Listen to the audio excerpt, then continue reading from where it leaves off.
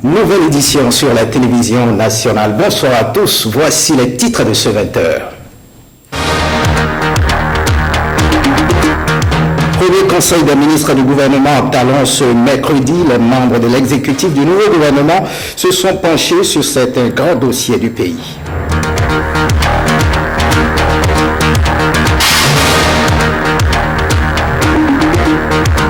Les acteurs électoraux du Bénin sont outillés en gestion des conflits. Ils ont été renforcés en 72 heures par le Centre européen d'appui électoral.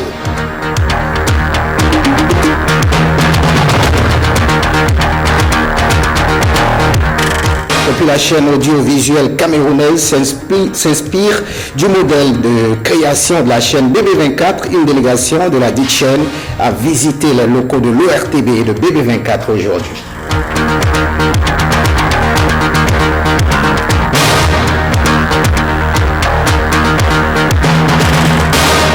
À nouveau, bonsoir, bienvenue si vous nous rejoignez. On prend la direction de la Marina. Premier conclave gouvernemental ce mercredi. Le chef de l'État, Patrice Talon, a rappelé un certain nombre de principes et d'objectifs. Après le huis clos d'un conseil des ministres marathon, les décisions prises ont été annoncées par la presse, par le ministre d'État Pascal Irénée Koupaki, très attendu par les populations. La suite à donner par le gouvernement au concours dits frauduleux ou encore la question du délestage. Le premier conseil des ministres s'y est penché et en attendant le point complet, nous vous proposons quelques extraits de ce conseil des ministres.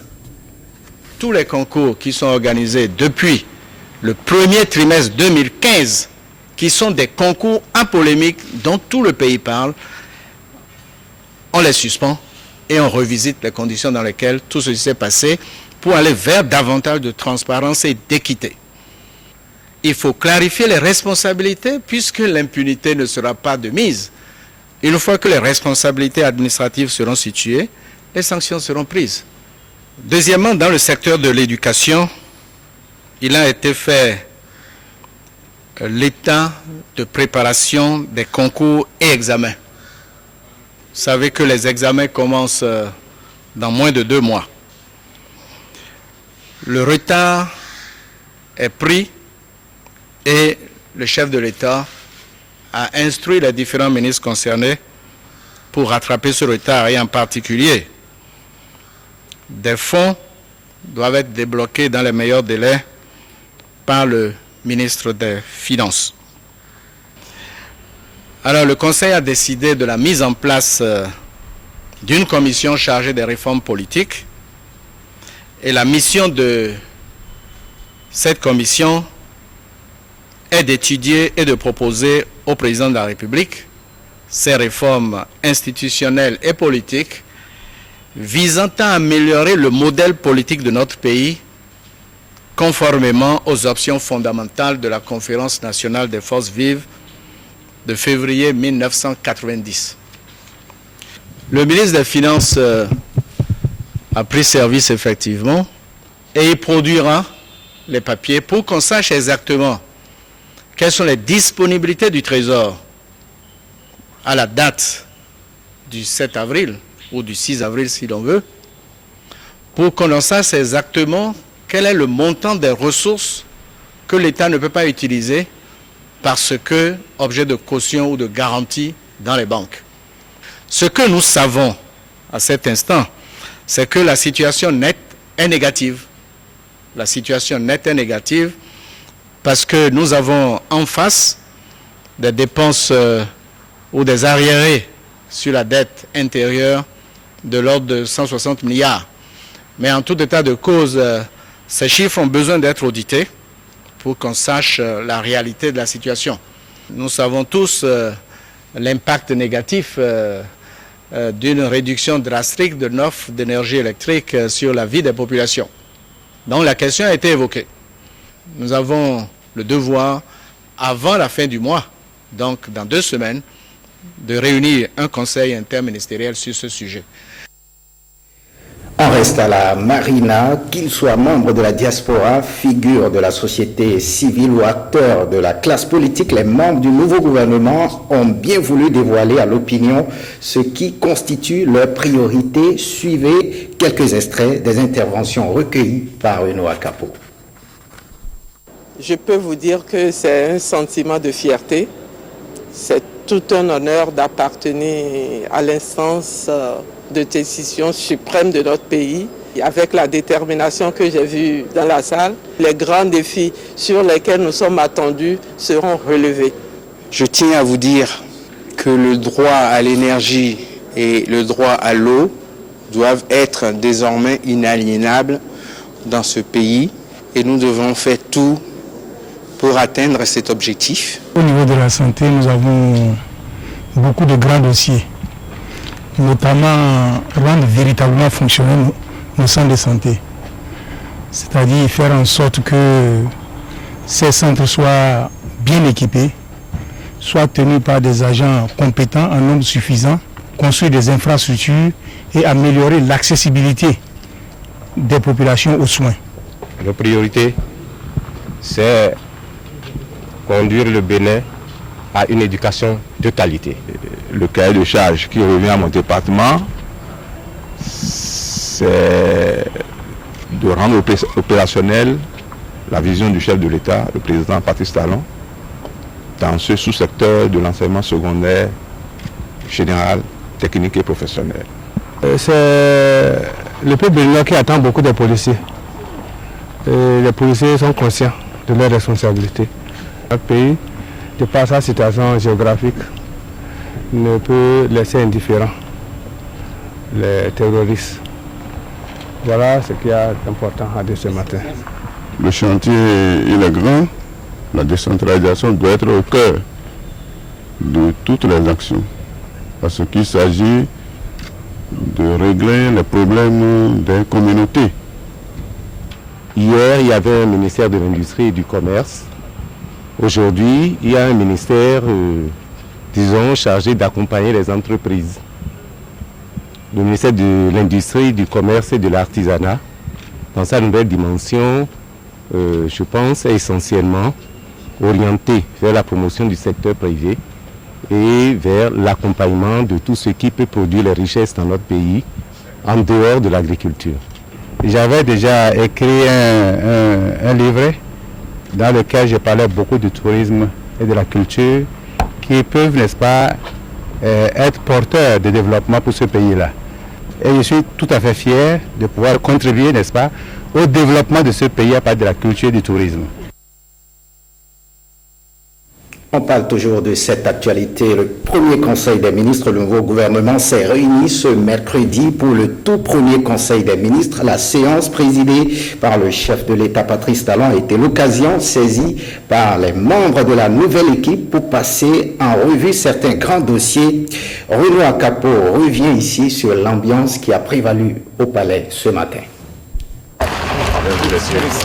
C'est tout sourire que certains ministres ont vécu leur baptême du feu. Premier conseil des ministres après la formation du gouvernement, l'occasion était tout à fait indiquée pour livrer les premières impressions. Le temps est celui de l'administration de la justice, en vue de son indépendance, en vue de sa contribution au développement économique. C'est le cahier des charges. Tout repose sur le ministère de l'Enseignement supérieur. Beaucoup de réformes seront apportées avec l'appui de toute la population. C'est une diplomatie qui se veut dynamique, qui se veut nouvelle, c'est une diplomatie du nouveau départ. Les défis à relever sont de taille pour la nouvelle équipe. Mais ici, la détermination et l'engagement sont les maîtres mots. Nous nous emploierons à donner un réseau routier convenable et praticable aux Béninois. Nous allons assainir le port et lui donner un nouveau visage. Le défi est très grand en agriculture. Il faudrait pouvoir organiser les producteurs pour pouvoir, disons, développer cette mécanisation. Comme je l'ai déjà annoncé, donner les mêmes chances d'accompagnement à toutes les fédérations. C'est donc pour ça qu'à côté des moyens que nous allons massivement investir dans le football, nous allons également donner un accompagnement substantiel à toutes les autres disciplines sportives. L'exercice n'est pas aussi nouveau pour les deux ministres d'État qui entendent créer une parfaite synergie au sein de la nouvelle équipe, et cela sous la houlette du chef de l'État. Je suis un habitué des lieux. Je sais à peu près quel travail nous avons à faire. La coordination et la synergie doivent être parfaites. Je suis un homme de développement. Je veux apporter le plus d'énergie, le plus d'initiative et le plus d'engagement du gouvernement. Des 21 membres qui composent la nouvelle équipe, 7 ont déjà exercé des fonctions gouvernementales. C'est vrai que je suis passé au ministère de l'économie et des finances où j'ai fait à peine 10 mois. Je reviens aujourd'hui. C'est pour contribuer à l'amélioration de la gouvernance dans notre pays. C'est de faire en sorte que les choses soient véritablement améliorées. Avant le huis clos de la salle du Conseil, quelques ministres se sont gardés de tout commentaire. Vous savez, l'armée, c'est la grande bête. Si on a quelque chose à faire, il faut le faire, il ne faut pas le dire.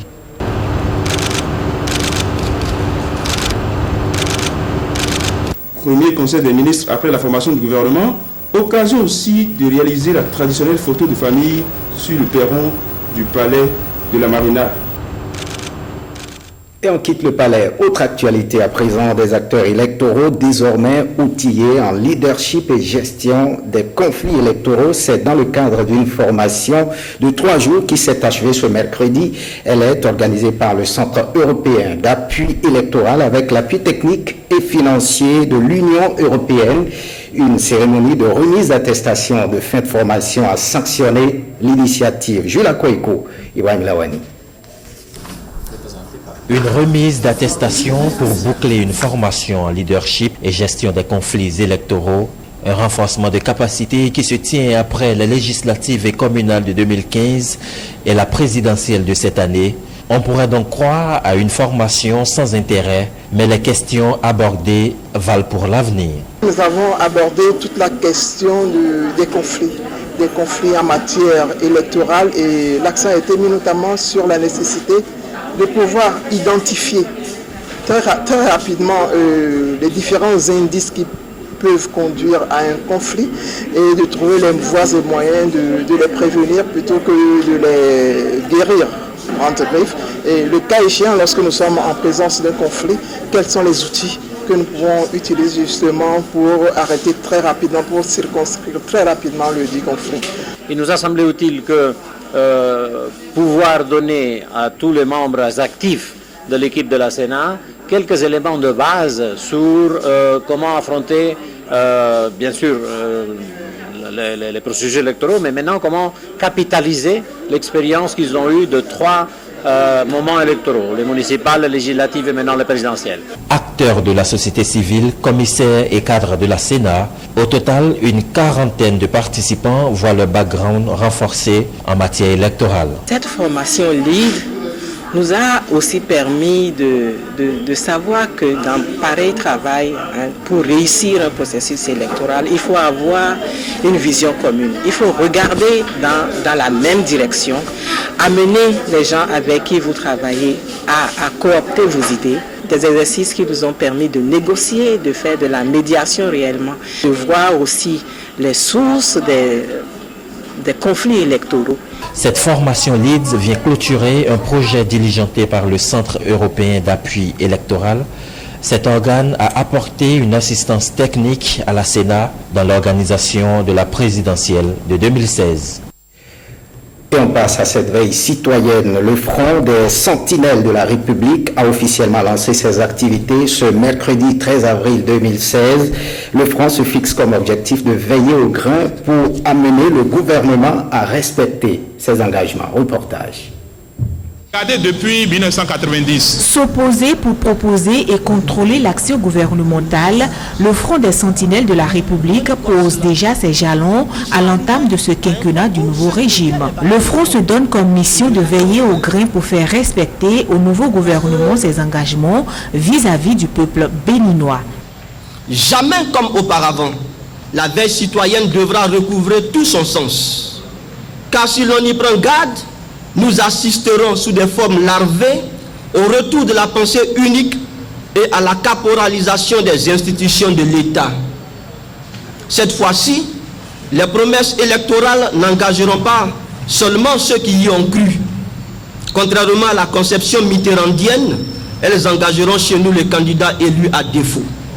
Ce sera pour lui l'occasion de réparer sous notre contrôle citoyen tout le mal fait à notre démocratie et à notre économie.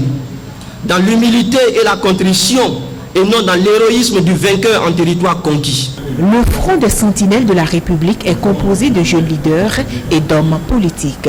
Le nouveau départ pour le Front ne doit pas être un vain mot, mais plutôt il doit se définir dans les actes pour se mettre en pole position par rapport au régime sortant. Nous demandons aux démocrates de s'apprêter à jouer avec nous le véritable rôle de contre-pouvoir. Béninois, Béninoises, forces vives de la nation, acteurs de la société civile, syndicalistes, mouvements de jeunesse, combattants des droits de l'homme et des droits du consommateur. La bataille ne fait que commencer. L'engagement du Front des Sentinelles de la République est désormais clair dans sa position de veille citoyenne. Il n'entend pas dormir sur ses lauriers. Et on parle de nous-mêmes. Les capacités managériales et organisationnelles de l'ORTB séduisent la chaîne audiovisuelle camerounaise de service public, la CRTV.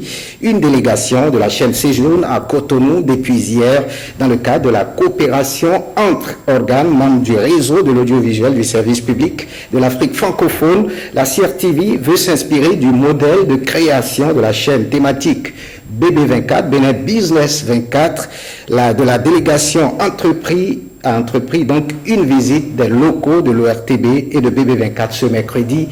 Le reportage de Samuel Adimi et Gilles Akwaïko. Échange avec l'administration de l'ORTB sur ses capacités managériales. Les émissaires de la chaîne audiovisuelle camerounaise de service public tiennent à exploiter le modèle de réussite organisationnelle de l'ORTB. Le point de mire, la chaîne de télévision thématique BB24.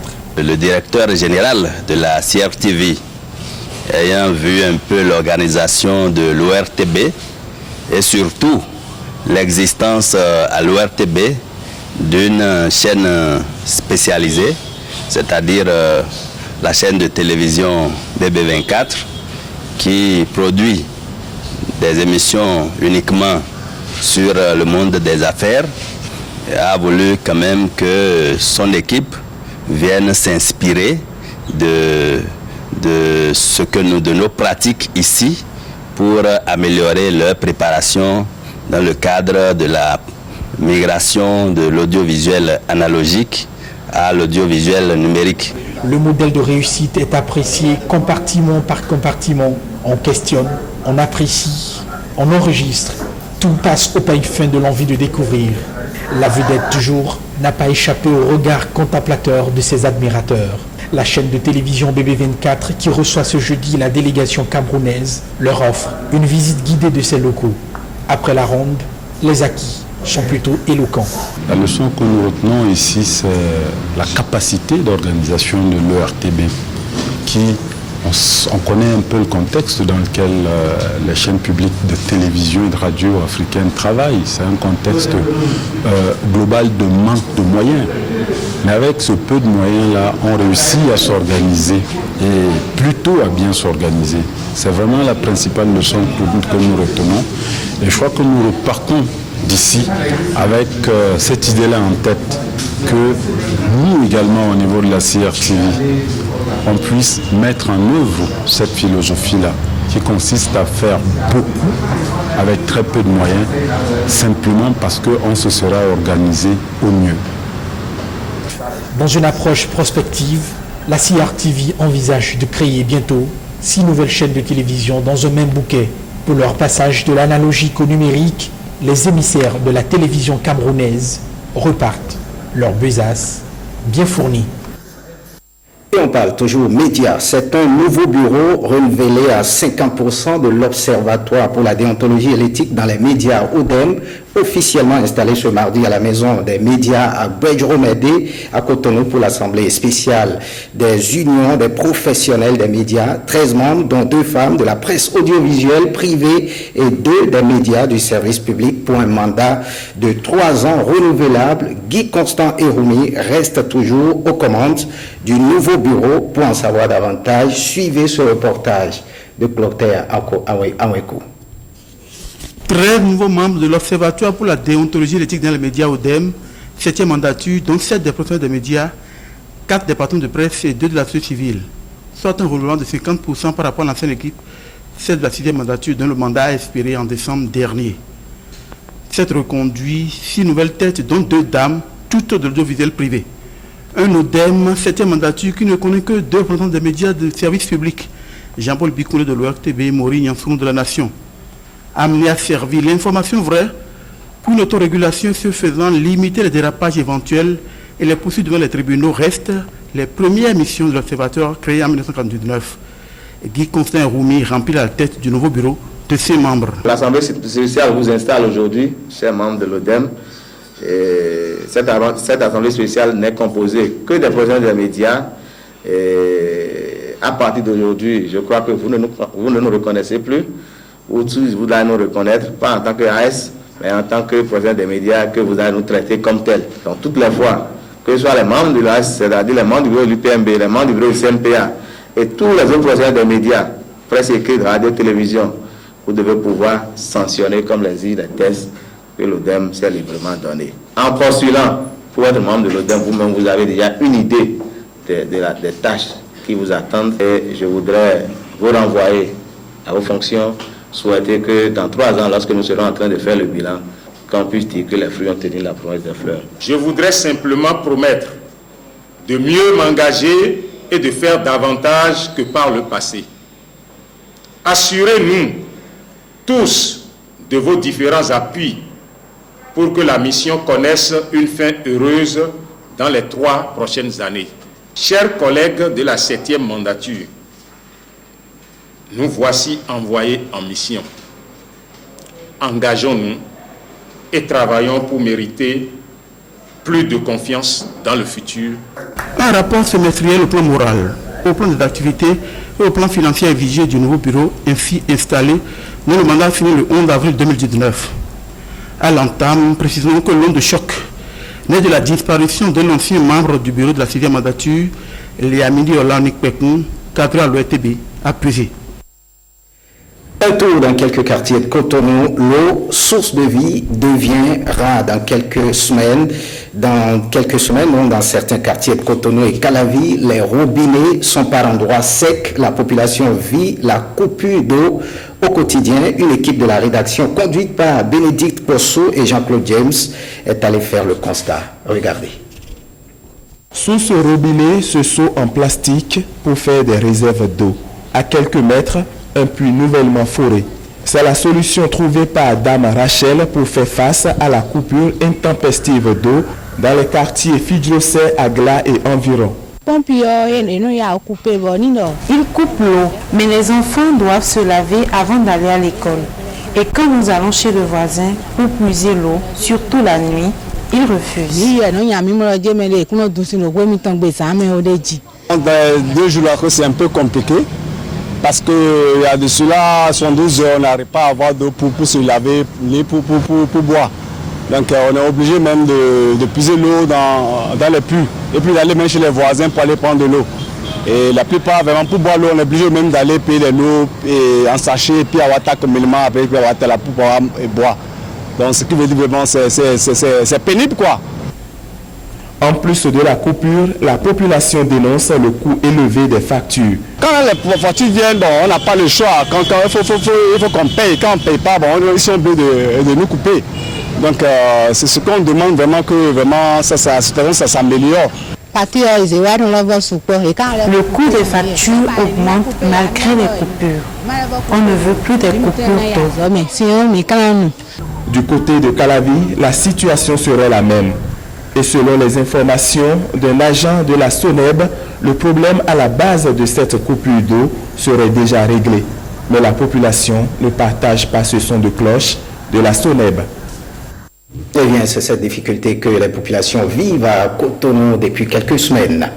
Un bain linguistique en langue espagnole au profit des étudiants béninois, une initiative de l'ambassade du Venezuela qui donne l'occasion ainsi aux apprenants de mieux s'exprimer en espagnol. Plus de détails avec Awa Sherif et Monique Don.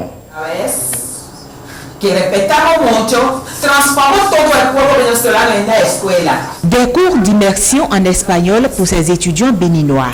Une opportunité qu'offre l'ambassade du Venezuela pour renforcer la capacité d'expression en langue espagnole de ses apprenants. C'est une merveille pour nous parce que nous étions ignorants, mais aujourd'hui, nous avons la possibilité de nous exprimer très bien en espagnol, suivant les cours avec nos amis, nos collègues ici. Nous avons suivi aujourd'hui l'éducation sur l'ambassade en Venezuela, c'est-à-dire que les apports que le gouvernement vénézuélien fait sur l'éducation.